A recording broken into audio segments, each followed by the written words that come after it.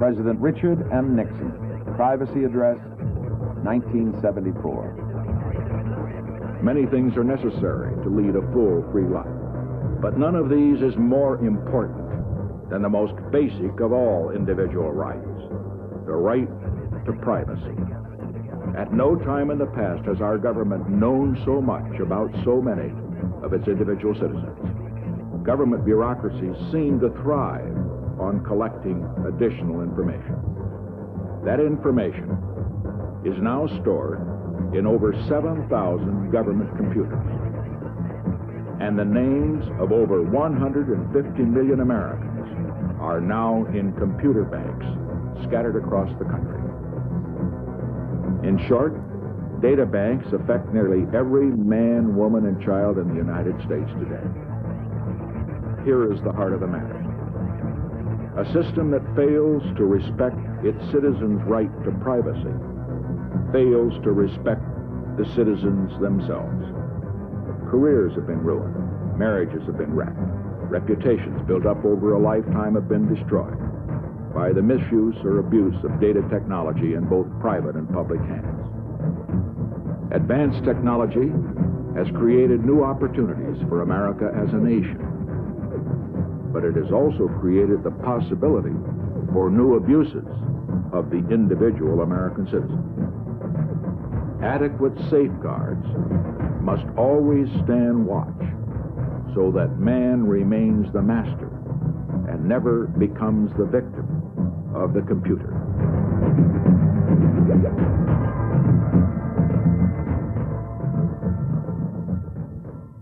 Clearly, the computer, because it can do things that much cheaper than we could do in the past, lets us do things which we couldn't afford to do. Many of these things have great social value. I think we wouldn't want to go back to dealing with airlines that didn't have computerized reservation systems. That's an incredible convenience for the passenger.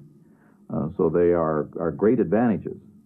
But as we tend to computerize more and more information about individuals, as we get closer in time to 1984, then it's possible to get more towards Orwell's 1984. A quiet revolution is stirring in the French port of Saint-Malo. Here on the coast of Brittany, the government of France has begun a daring experiment to launch every French household into the computer age. The townspeople of Saint-Malo are the first to receive, free of charge, computer terminals provided by the state-run telephone company. The French call the idea télématique, the marriage of the telephone with the computer. Practically, what télématique means is putting computer power into the hands of people in their homes. Bonjour. Les télécommunications, je viens pour vous installer l'annuaire. Où souhaitez-vous l'installer? Vous faites quelque chose... La prise téléphonique et une prise de courant. The Saint-Malo experiment is part of a top priority government plan to develop the French computer industry. The initial reason for distributing the electronic terminals is to replace the telephone book. Peut-être avez-vous de la famille ou des amis à Saint-Malo? The terminals are at the moment just used for locating telephone numbers. But in the future, they can be linked to electronic mail, computerized shopping, electronic banking, and a host of other computerized information networks. Et voilà. Allô? Madame de Bord? Non, Sophie. Excusez-moi, ne quittez pas, je vous passe votre sœur. Oui. Government experts predict that mass computerization will take hold and become as indispensable to society as electricity. And so France is plunging into the future with a policy committed to socializing the computer. Low manufacturing costs and revolutionary changes in the size of computers are what's making such mass distribution possible. The past 30 years had been a race to make computers smaller and cheaper. In 1951, UNIVAC 1 occupied a space 10 cubic feet in size, and it cost $701,000. Today, the same amount of computing power can be stored in a silicon chip, which costs $19.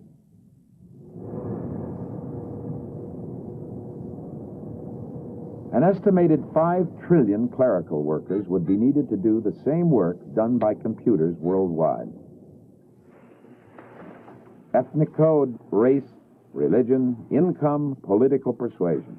It's all stored in computer files.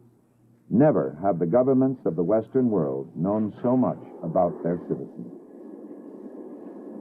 Half a century ago, Hitler's Gestapo rounded up over 6 million Jews all over Europe. The lists which identified their religion were stored in shoeboxes. If civil liberties were suspended today, such a task would be 1,000,000 times more simple. The memory of the roundup is still vivid, and in September of 1980, the Council of Europe signed a treaty of rules protecting privacy of computerized personal data. In the New York office of Citibank, Blake Greenlee.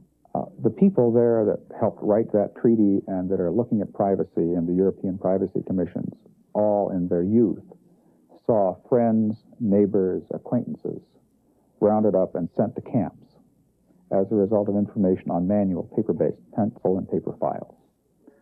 They have a very real fear of the increased ability of a totalitarian state to use computer-based records to conduct a roundup of undesirables, whether on the basis of religion or political affiliation or activity or race.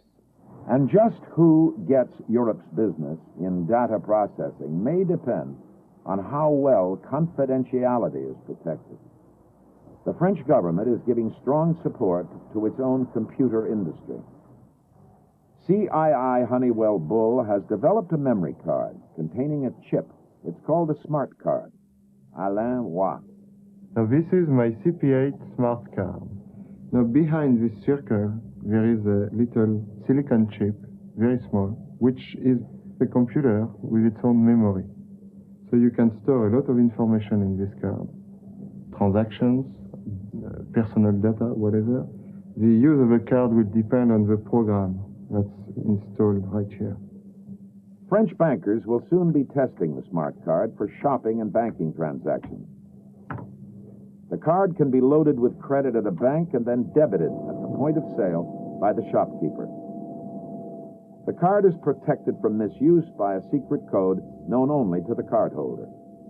When someone attempts to use the wrong code, the chip will electronically close down.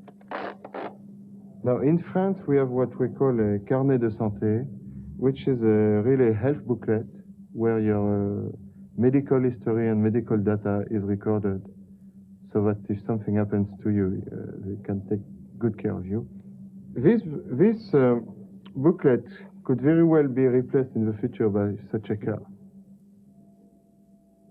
In an emergency, the card can be inserted in a reader, so important health data such as blood group, vaccinations, allergies, and the name of the patient's physician can be obtained immediately. This smart card is, of course, a revolution because it's carrying a computer in your pocket and it's an intelligent media in a way. So obviously the question comes, what will be the consequences on society?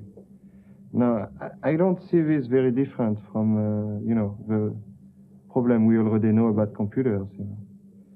Like any new technology, this can be used for the best of man, or it could be misused, of course.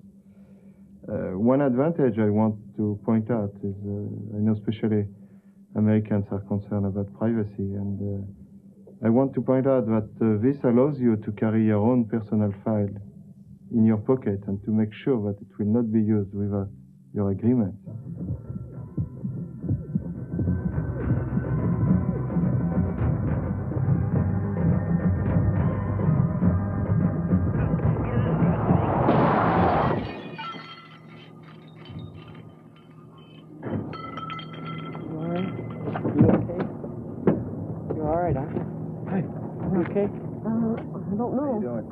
The accident happened about 10 minutes ago? Thank you. Where were you standing when you saw the accident? Well, I was walking down the street there, and neither of them had their lights on or anything. It was getting pretty dark. All right. To be admitted to a hospital for emergency treatment is to sign a blanket release, turning over all information gathered about the patient to his insurance company. I need you to sign here for treatment and here to release the information to the insurance. She ever been here before? 2 years ago. Want to have a seat? That information may ultimately end up in the computer files of welfare agencies, credit reporting agencies, and a giant data bank shared by life insurance companies called the Medical Information Bureau. Now, I just need a signature so that we may release records to your insurance company. How much would you like to borrow? $4,000. We would like you to fill out this application and update credit information. The personal information which we surrender without question has become the price we pay for credit and banking Have privileges. you made any large, major purchases recently? Last week we bought some furniture at a local department store. If an error finds its way into a credit file, chances are it won't be discovered until a person has been denied a mortgage, credit, or even employment. One credit reporting company tested a sample and found 1/3 of its information was incorrect. Individuals do, however, have the right to inspect their credit files. The biggest record keeper of them all is the federal government. At last count, there were over 5,800 personal data banks, holding an average of 18 files on about 3 billion people. Congressional concern over the increased use of computers in federal record keeping led to the signing of the Privacy Act in 1974. This act provides that each individual has the right to find out which federal record systems keep files on him, what's in those files, and the right to correct those files. The listing of the federal file systems is published yearly by the Federal Register. To get to see all your files, you must write 5,800 separate letters. Few people have the time, inclination, or $1,000 for postage to exercise fully their right to privacy. And there are times when requests to see files are refused. Singer and anti-war activist Joan Baez sued several intelligence agencies to learn the contents of her files. A United States District Court issued a ruling refusing to release certain of her records because of national security considerations. During the 1960s, Martin Luther King was the target of intense governmental surveillance. At the Center for National Security Studies, Morton Halperin. The FBI, particularly J. Edgar Hoover, who was then the director of the FBI, reached the judgment that Martin Luther King Jr. was a great threat to the nation. Hoover knew that nothing that King was doing was illegal, and therefore that there was no way that he could present evidence to the Attorney General and ask that he be indicted. So he ordered the FBI to undertake its own program designed to try to destroy the reputation and the political effectiveness of Martin Luther King Jr., and this involved not only physical surveillance, but it involved bugging of his hotel rooms and tapping of his telephone lines. Information was provided privately to journalists. People were given briefings in the Congress about his alleged improper behavior in an attempt to discredit him. And then at one point, the FBI sent King a letter shortly before he was to receive the Nobel Peace Prize, which in effect told him that if he did not commit suicide, the Bureau would make public this information which they claimed they had, which they said would be politically embarrassing to him. This letter, which has been heavily censored, was released from FBI files under the Freedom of Information Act. The letter warned, King, there is only one thing left for you to do. You know what it is. You have just 34 days. Morton Halperin was himself the object of FBI surveillance while serving on Henry Kissinger's National Security Council during the Nixon administration. From May 1969 to February 1971, Halperin's home telephone was wiretapped without a warrant. When this administration came into office for a period of many months, it was confronted with leaks to the press of documents that were considered of the greatest importance to the national security. I am tempted to argue that only somebody who has been wiretapped and who has read the logs of his conversations, as I have, can have a view on whether wiretapping is appropriate or not. I think many people's reaction is, if you have nothing to hide, why do you care if you're tapped? But if you then start thinking about what you said on the phone and whether you will feel comfortable having a third party, a stranger, sitting and listening in, I think you come to realize that it is a real invasion of your privacy. In 1978, Congress passed the Foreign Intelligence Surveillance Act. With few exceptions, it requires warrants for all wiretaps within the United States. In the area of international communications, the privacy of Americans corresponding with foreigners is not so well protected. The headquarters of one of the nation's largest and most highly secret intelligence agencies is located at Fort Meade, Maryland. It is said that the National Security Agency's computer capabilities are 20 years ahead of private industry. The National Security Agency was created in 1952 by a secret directive from President Truman to the Secretary of Defense. It's basically responsible for collecting information that moves in the air or across wires. That means telephone messages, cable traffic, telex messages, radar. It gathers that information and attempts to analyze it to determine what it can tell you about the activities of foreign governments. Sometimes that means simply reading unclassified and uncoded messages. Sometimes it means trying to break diplomatic codes and figuring out what the information means. NSA routinely monitors various channels of international cable traffic. They essentially have the technical capacity to take any cable line that they want anywhere in the world. They're limited simply by the fact that there's so much traffic that they can't take it all.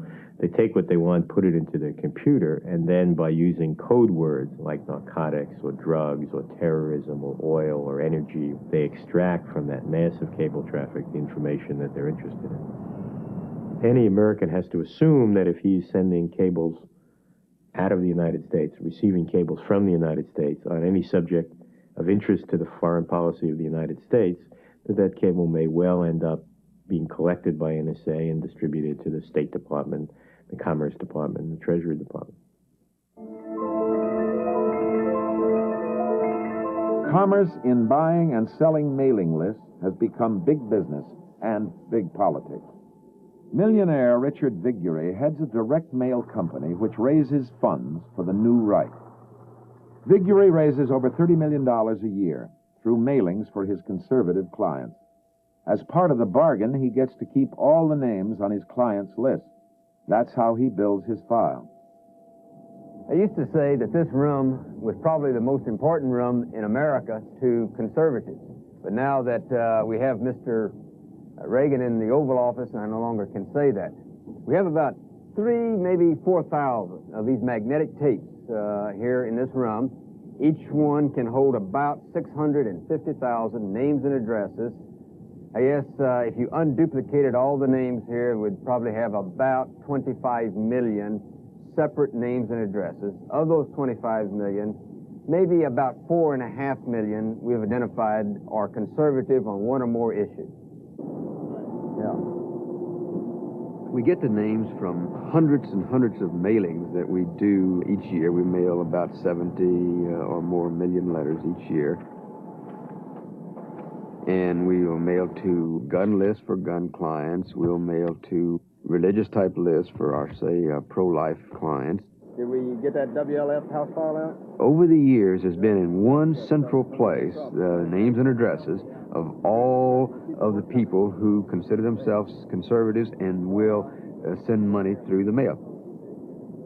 When a new conservative cause comes along, we don't have to go out there and invent the wheel all over again. We've got a list of people we can go right to. Direct mail to the conservative movement means a great, great deal. I feel strongly, and a lot of others agree with me, that there wouldn't be a conservative movement in this country. There certainly wouldn't be something called the New Right without direct mail. We promote our candidates through direct mail, our causes. We write to people and tell them about issues that are coming up before Congress next month that they've never heard about. We sell subscriptions to our magazine, to my magazine, Conservative Digest, as well as National Review, Human Events, etc. It's our method of communication. And communicate they did. In the November 1980 election, Viguerie helped build a constituency which swept 33 new Republican congressmen and 12 new Republican senators into office. We really wouldn't have a political direct mail industry if it weren't for the computer. It used to be that it might take several weeks to get a mailing of 100,000 out now. And we can mail 100,000 letters in a day's time with no big effort. About 3% respond. Does Viguerie feel he's invading the privacy of the 97% who do not? I feel strongly that it is not an invasion of privacy, no more than advertisements in the magazine that you subscribe to or included, or advertisements in your daily newspapers, or advertisements on radio or television. I personally feel that when an organization that I've given my name to for a specific reason sells my name and address to somebody else, that's an invasion of my privacy. They have told someone else something about me, that I'm interested in a special kind of product, for example. Because of this concern with organizations selling my name, some years ago I adopted the practice of coding my name when I gave it to someone else. So, for example, when I became a member of the Book of the Month Club, the name that I went by was Bamalub Armour. So now when I get mail addressed in that fashion, I know that the Book of the Month Club has sold my name and address. They have done this, taken my name and address, and sold it without my knowledge. They have done it for their own profit. I think that name and the fact that I'm interested in books is something that belongs to me and not to the Book of the Month Club.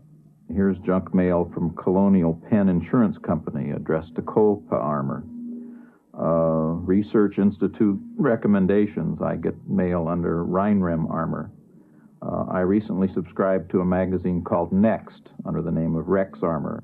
I don't know what my postman thinks about all the people, all these aliases that I use, all the mail for these strange people coming to this one address. But it does let me know who it is that's selling my name. Hello, darling. This is Raja Gabor. Are you surprised that I called? Talk to me, darling. Hello. This is Reverend Jesse Jackson calling from Operation Push. We are now using a new telecomputer system that lets you talk back. We need two-way communication. Telephone Broadcasting Systems offers a marketing technique which its executives predict may one day replace direct mail. It's based on marrying the telephone with the computer to produce the telecomputer. Paul Greenberg. To start off with, in Dallas, we have a cross-reference bank of people of 72 million Americans who are cross-referenced as to their voter's registration, driver's license, specialty purchases, and magazine subscriptions.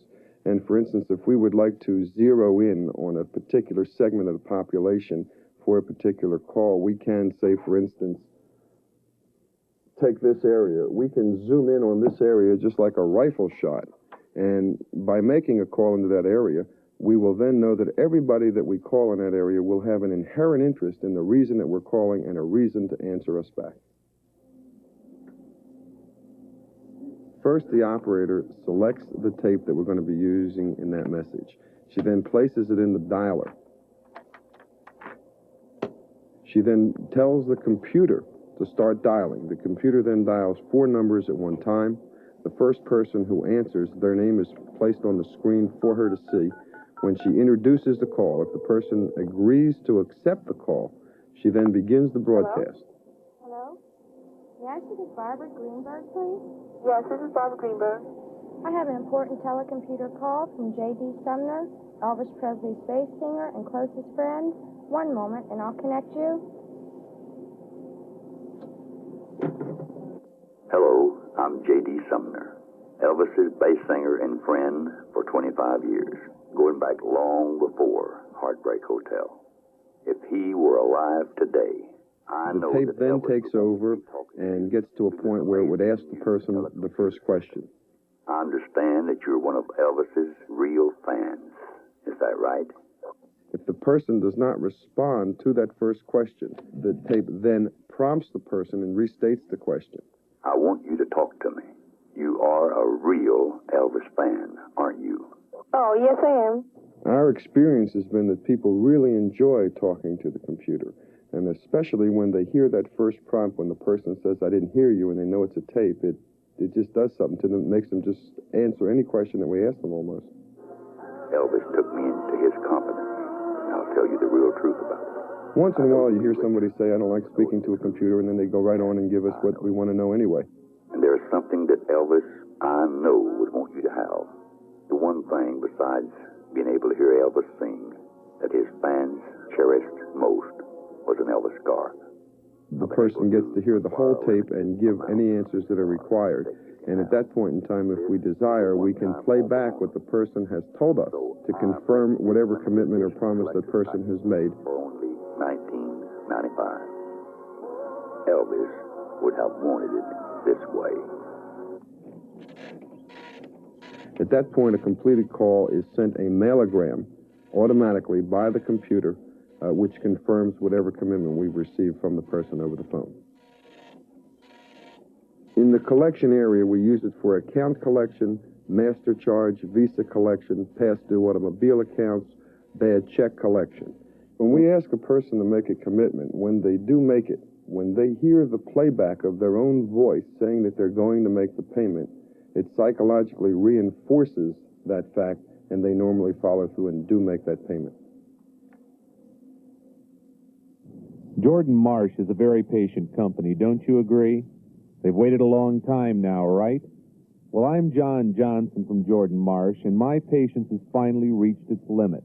I expect payment now. This debt will not wait any longer. Will you be mailing the amount due today or tomorrow?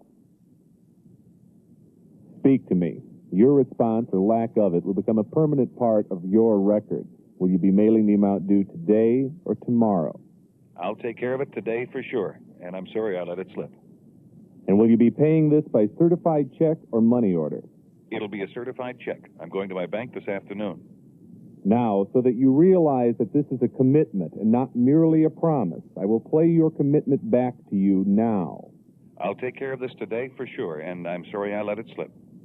It'll be a certified check. I'm going to my bank this afternoon. Nothing short of the next 2 days will do. I'll be looking for your payment. Goodbye. Saying goodbye to computers is something a group of Frenchmen desperately want to do. The terrorist organization Direct Action declared war on computers by bombing 3 separate French data centers. Jim Denny manages computer operations at AmeriFirst Federal Savings and Loan in Miami. Okay. Response time? Part of his job is to maintain the security of his bank's nerve center, the computer room. We feel that we've done a very adequate job in securing our data center. We are in a very large building, and in no place in this building is there any indication of where our data center is. All the entrances and exits to our data center are monitored through another security-type system on another floor in this building. We also have cameras that monitor every entrance and exit into this area. Well, there's numerous things that an individual could do if they had the ability to get into our system. Nova obtained this wiretap of a bank transaction to illustrate the dangers of electronic data communication. Computer thieves will tap financial data lines to gain access to and manipulate electronic fund transfers. Computer spies will tap lines to collect confidential information about individuals and institutions as it travels between computers.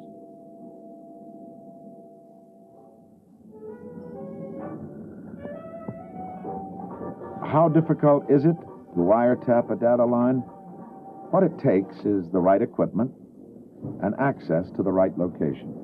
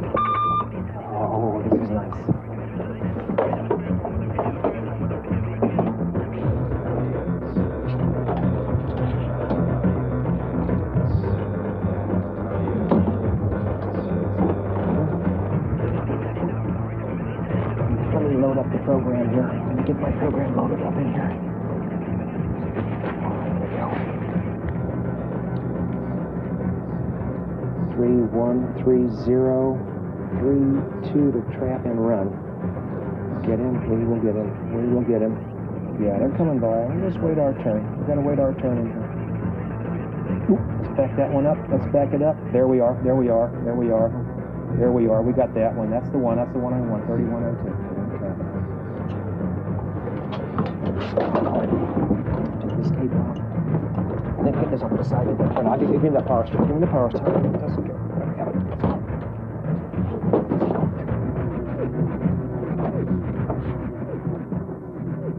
Electronic threats to data communications privacy and security are emerging as international institutions computerize. Citibank embarked upon a global communications network in the mid-'70s. Peter Wolf, Citibank Senior Vice President. We now have over 200 of our branches in 100 countries hooked together, if you will, over our own private lease line network globally, as we mentioned. We have major switches in Hong Kong, London, Bahrain, and New York here. The international flow of funds has increased significantly in recent years. The clearinghouse interbank payment system through which the funds flow to the member banks from around the world is in excess of $120 billion now per day. Citibank alone processes in excess of $30 billion a day on behalf of its customers. We are, in fact, at this point, totally committed to the electronic banking concept. That is to say, the ability to deal with our customers, both for information processing and for transaction processing, through electronics. Citibank transmits its customers' information around the world. All electronic communications are first authenticated with a code system.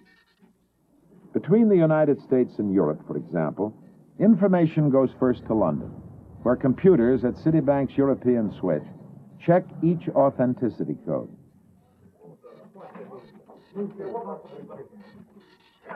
No record of transmission is kept here, and only seconds after leaving its origin, the information is switched to Paris, one final European destination. Here, Citibank computers recheck each authenticity code, process the information, and generate hard copies for record keeping. The speed and accuracy of these international transactions are the basis for Citibank's corporate commitment to computers. Peter Wolf. The technology is with us. We have built an enormous amount of resources because of our beginning so early to use mini computers, large computers, interactive computers. And we are now leveraging those resources and skills to build what we think is the future of commercial banking, electronics. But do electronic funds transfer systems threaten personal privacy? Paul Armour. Several years ago, I was a member of a workshop, a set of computer people, law enforcement people who were gathered together and asked to pretend that we were consultants to the Russian secret police and given the task of designing for them a system which would keep track of all the Soviet citizens plus all the foreigners who happened to be within the boundaries of the USSR. After considerable study, the workshop concluded that the best system to build for the KGB, the secret police, was an electronic funds transfer system.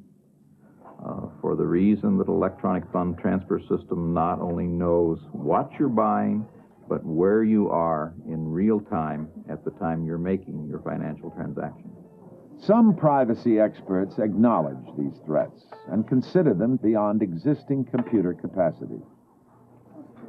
When you or I go to our banking terminal, we're one of perhaps several thousand people that use that terminal to withdraw funds using our bank card in a day.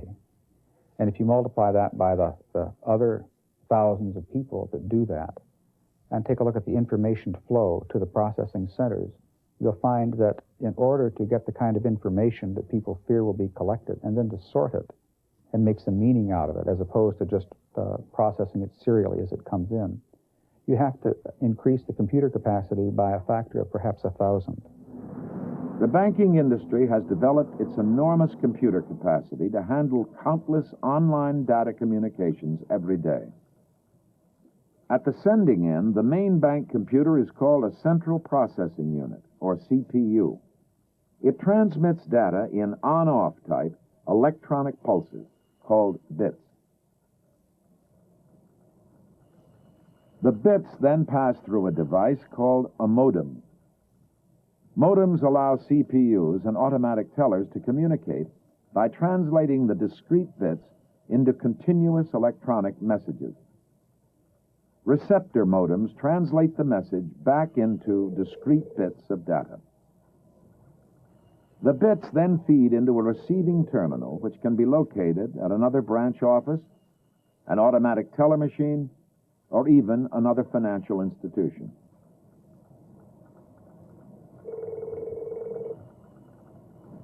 How does AmeriFirst protect its data communication? We've taken the necessary steps to secure that area. We did that through data encryption. Data encryption is a means and method of scrambling data that is transmitted over phone lines to make it impossible for anybody to interpret that information as it's being passed back and forth. Miami-based Raquel Milgo Electronics manufactures encryption systems like the one AmeriFirst installed.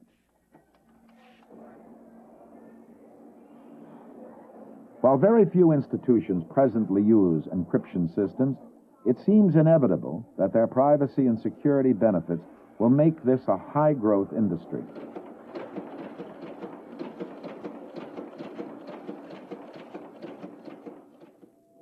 Product manager Nick Sclair. Assume that this is a branch at AmeriFirst. We'll say that we're not with multiple branches. It's a single branch talking to a computer located downtown. This would be a remote site branch on the right-hand side, and we're originating a transaction and then sending that across telephone wires, and now that would be monitored on the device located in the center there. This is what a wiretapper monitoring the line would see. Utilizing a single passkey that contains a secret code, the system transforms an unscrambled message into a scrambled mess that is almost impossible to decode. The code uses a mathematical standard called DES, Mark Code. The data encryption standard is an algorithm that was developed by a group of scientists. The algorithm itself is taking a series of numbers, executing several block transformations, product transformations on it, such that when they come out, they're all scrambled around. The algorithm is a published algorithm. Anybody can do this. What makes it secret is the little key. There's a secret key, a secret group of numbers, which is actually a 56-bit binary number. When this is fed into two algorithms, they both operate on the input data equally, such that the data coming out is the same. So you can actually encrypt and decrypt data. Who are Raquel Milgo's first customers? Essentially, it's been the financial industry. And I think what a lot of people are waiting for, not for installing these, is the fact that they believe they want to see disaster. They want to see something come close to home. And I've heard that likened to perhaps what the industry is waiting for is a 3 Mile Island disaster of data processing. Not one of the world's 8 largest commercial banks encrypts all of its data communications. 4 of the 8 encrypt at strategic places. The other 4 don't encrypt at all. Wiretaps can happen at 3 points in data communication systems. In an inside job, an institution's main computer can be tapped directly. Or outside, a mini-computer can be attached directly to phone lines. Finally, invaders can break computer access codes and then dial directly into the system itself by public telephone. Technology's changing. A few years ago, there were perhaps 50,000 hobby computers in the country. We're now over several million hobby computers, and that business is booming. It turns out that a hobby computer is a fine tool to tap a data line with. Hello, this is the Syscruncher. Remember me? I brought your system down last week. Brian Catlin, alias Syscruncher. Before it was like a game, and it was like, sure, they should know more about programming than we should. So they should be able to figure it out real quick and get the system back up. Dr. Helmut Epp is Computer Science Department Chairman, and Father John Richardson is President of Chicago's DePaul University. Before today, Brian Catlin and his father Keith had never met the two DePaul administrators. Sis Cruncher and an accomplice used a home computer and a telephone to break into a college computer system. Nova arranged a meeting between them so that they might discuss Brian's extracurricular activities face to face. Brian, I'm Father John Richardson. Glad to meet you. How are you? Keith, glad to meet you. Glad to meet you. This is Helmut Epp. Hello. Why don't you sit down, please? Thank you. I'm very pleased you came down to DePaul this afternoon. I'm looking forward to this chance to chat with you and exchange views on the question of security of our data processing system here. I hope it's more enjoyable when you come down in person and your experience with it by telephone. How did you get started doing this sort of stuff? Into computers? No, not into computers, but the idea of breaking the access code or getting in and controlling it. I mean, it's a challenge, but how did you get started with it? Most systems of that type are fairly easy to break in. I've had a lot of experience with it. So our high school rents one from a nearby college, and I've had almost 4 years experience on that, and I've used other systems of that type, and I knew that some of the characteristics of the system, so we just tried it. Now, the kind of programs that you were looking for were game programs, that sort of... I mean, you're looking for protected programs? Yeah, we were looking for a mixed assembly program, which was on backup on tapes, but I didn't know that then. Did you know why it wasn't a backup? No. Because we don't use it. Oh. Actually, you could have called us up and we would have been glad to give it to you. Oh, I didn't know that. I knew that the universities and such got the programs that from the author usually free or at a very low cost. But I didn't think that he would send me a copy of it without some kind of charge on it or anything. And I didn't know how about going into asking DePaul about it. So I just went about this way. What wasn't meant to be destructive or anything. I understand. Yeah, I was just going through the system looking for stuff. But you know, there's a kind of quantum jump that you took from trying to break into the system, which you did successfully, from there to using the threat of shutting down the system to obtain something. In this case, a particular piece of software. I mean, at what point did you make that kind of jump? No. I think initially you just broke into the system. Yes, it wasn't that message that you refer to. It wasn't really. I mean, it wasn't like we'd shut down the system. It was just phrased as such. Attention. Is there anyone there? I want to talk to you now.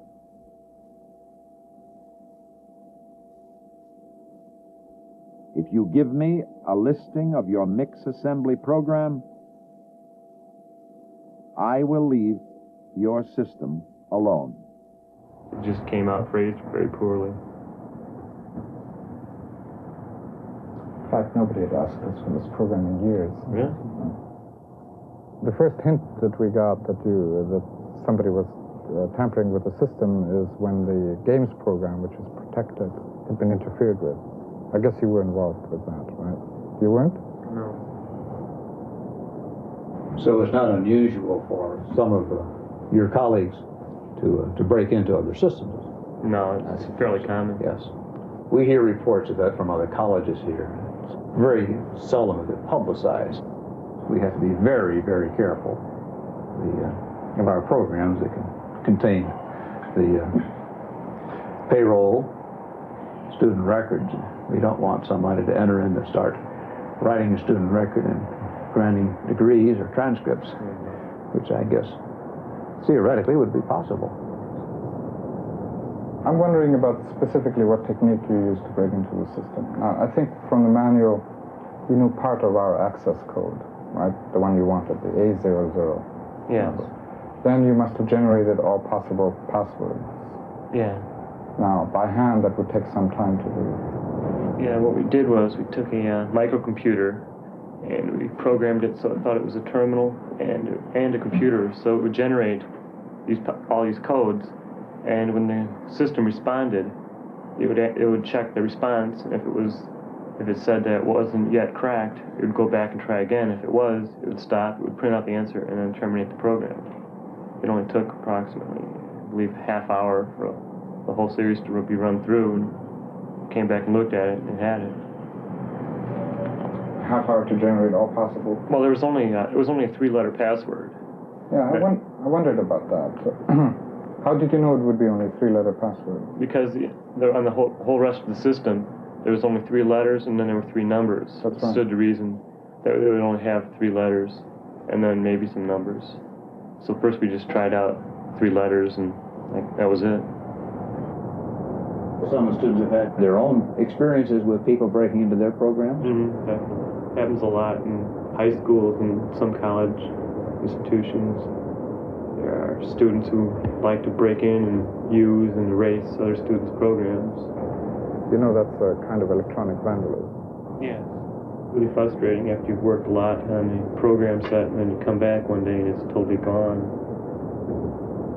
Has that happened to you? Yes, so I spent about 2 weeks writing my own sort of security program for my account on the system, which makes it invulnerable. The responsibility for protecting United States government communications belongs to the National Security Agency. NSA routinely makes codes to maintain communication security and breaks codes to conduct its foreign intelligence mission. How do code systems work? Inside New Mexico's Sandia Laboratories, Dr. Gus Simmons. Cryptographic systems have as their main function hiding information, of concealing the content of a message. In order to do that, the transmitter and the receiver have a piece of information that they know in secret that's unknown to other people outside the system. This piece of information is called key, and the purpose of the key is that you mix it in a complicated fashion with the text whose content you're going to conceal to generate something that's called a cipher.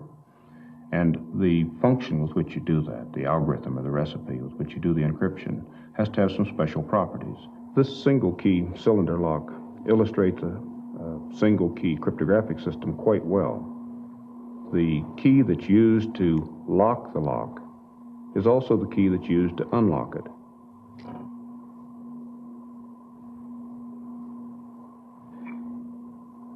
In a single key system, clearly, if the key that's in the possession of either the transmitter or receiver becomes known to an outsider, then he can both encrypt and decrypt messages.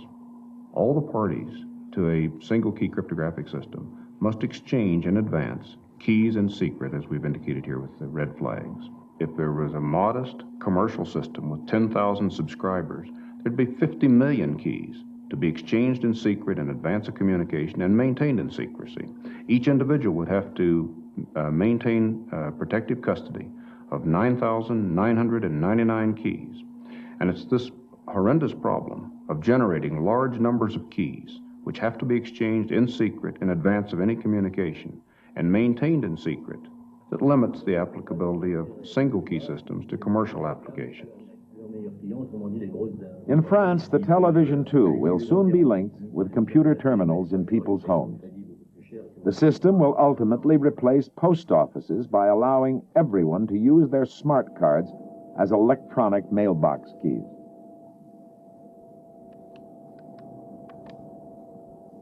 The cards grant entry into a system called Teletel. By entering names and numerical addresses into Teletel, instantaneous written communication will become possible.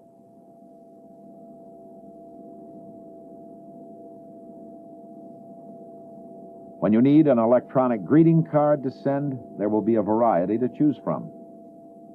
And when up to the second timetables are sought, they will be available at the push of a key. Naturally, subscribers want some kind of electronic substitute for the sealed envelope that protects the privacy of their paper mail. Single-key cryptographic systems are too cumbersome to apply here, but a new two-key system might be the answer. Gus Simmons. You recall that in the single key lock, there were two functions performed by that key, encryption or locking and decryption or unlocking. Now, in this lock, we've separated the two functions that were combined in a single key before, the unlocking and locking functions. You'll notice that the keys here are quite different from each other, and in fact are sufficiently different that even if you possessed one of the keys, you couldn't deduce the other one. One of these keys operates to lock the lock, that is to say, rotate it in the counterclockwise direction, but cannot rotate it in the other, while the other key locks it, but can't unlock it. And in that sense, it is a good model for two-key cryptographic systems in which we have one key with which we encrypt and another key with which we decrypt, and the keys are sufficiently different that even if you know one of the keys and have a great amount of computing power at your command, that you can't deduce the other key. MIT mathematician Ron Rivest and colleagues Adi Shamir and Len Edelman found a way to make the two-key model work. The Rivest scheme is based on numbers, more specifically on a set of numbers that can only be divided by themselves and by one. These numbers are called primes. Computers can easily generate an endless supply of very large prime numbers. And computers can quickly multiply two very large primes together. But no computer, not even any bank of computers, can expect to divide a large product into its constituent primes. Therefore, someone using the Rivest scheme can freely publish the product of his two large primes as his public key without fear that his secret key, the primes themselves, will be disclosed.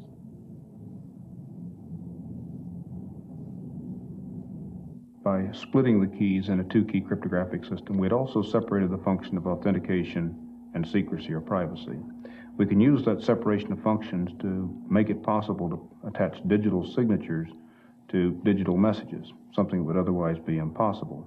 To illustrate the basic idea there, if I wish to send a message as A to recipient B and to sign it in such a way that he can prove to a third party that the message came from me, I first take the message and encrypt it using my secret key, produce a cipher that only I could have generated. It's the important thing about the two-key system, that we now have a cipher that could have only been generated by me, therefore it's associated with an action that I've taken. I then take that cipher and super encrypt it using the intended recipient, B's public key, something that could have been done by anyone. However, the message, the cipher that's being encrypted, could have only been generated by me. Now, the resulting super cipher can only be read by B. He has the secret half of the B key. So only B can gain access to this. But when he opens it and finds inside a cipher that could have only been generated by me, that can be verified by anyone by showing that my public key is the one that decrypts the cipher. It can be proven that the message had to originate with me. So in that sense, there's now a signature attached to a digital message. The Rivest team recently designed a silicon chip that will implement their prime number scheme. But a more general issue has arisen between the academic community and NSA. That issue is whether free cryptographic research interferes with the government's ability to protect the national security. NSA is concerned about the international spread of U.S. code research. The National Security Agency has two missions. One is to protect the security of certain U.S. communications, and the other is to gather foreign intelligence. In a rare interview for television, NSA legal counsel Daniel Schwartz. NSA is concerned that the publication of certain research in the field of cryptology may have an adverse impact on the national security by either improving the position of certain potential adversaries with regard to our secure telecommunication system, or by limiting the ability of the United States to gather foreign intelligence. In light of these concerns, NSA has worked with a study group formed by the American Council on Education to address the possibility that research in the field of cryptology may have an adverse impact on the national security. That study group has recommended, with one dissent, that NSA initiate a pre-publication review procedure. NSA has determined to initiate such a procedure and to work with researchers on a cooperative and voluntary basis to identify and hopefully discourage the publication of information that may have an adverse impact on the national security. I think we're in a period of extremely rapid change. We'll probably have more change in the next 15 years than occurred in the Industrial Revolution in a period of 150 years. And to manage our transition through that change and keep our liberties will mean that we're all going to have to work at it. 1984 is more a state of mind than a particular set of government capabilities and regulations. It's a state of mind in which the individual is so concerned about his actions, where his actions are going to be known to government and to a large set of people, that he is inhibited, he is concerned, he essentially is not willing to stick his neck out. And I think that in a society of that sort, we'll soon lose initiative, innovation, and that really democracy cannot flourish in a society in which everyone is conforming out of fear.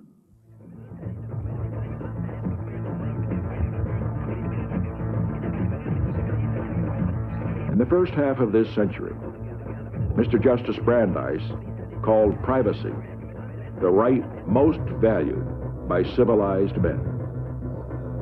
In the last half of this century, we must also make it the right that is most protected.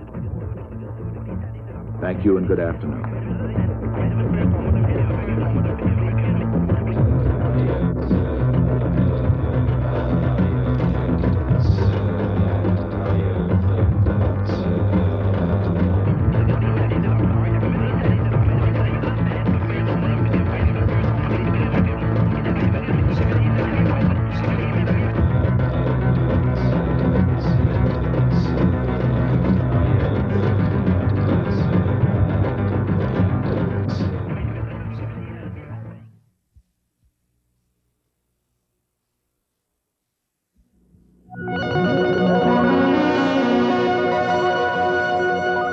The material on this video cassette is protected by copyright. It is for private use only, and any other use, including copying, reproducing, or performance in public, in whole or in part, is prohibited by law.